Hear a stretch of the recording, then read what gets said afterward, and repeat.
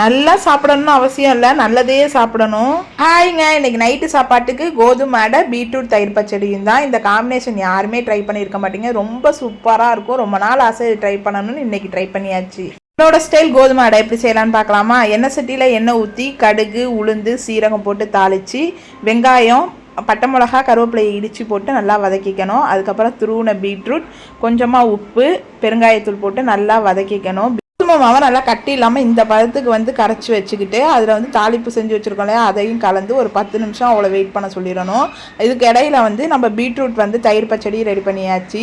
இதை குழந்தைங்களுக்கும் கொடுக்கலாம், ரொம்ப டேஸ்ட்டாக இருக்கும், ரொம்ப ஹெல்த்தியான ஸ்நாக்ஸ் கூட. அதுக்கப்புறமா உங்களுக்கு தோசை மாதிரி வேணும் அப்படின்னா இன்னும் கொஞ்சம் தண்ணி ஊற்றி தோசை மாதிரி சுட்டு எடுத்துக்கலாம். அடை மாதிரி வேணும் அப்படின்னா கொஞ்சம் நேரம் மீடியம் ஃப்ளேமில் வச்சு எண்ணெய் ஊற்றி நல்லா வேக வச்சிடணும்.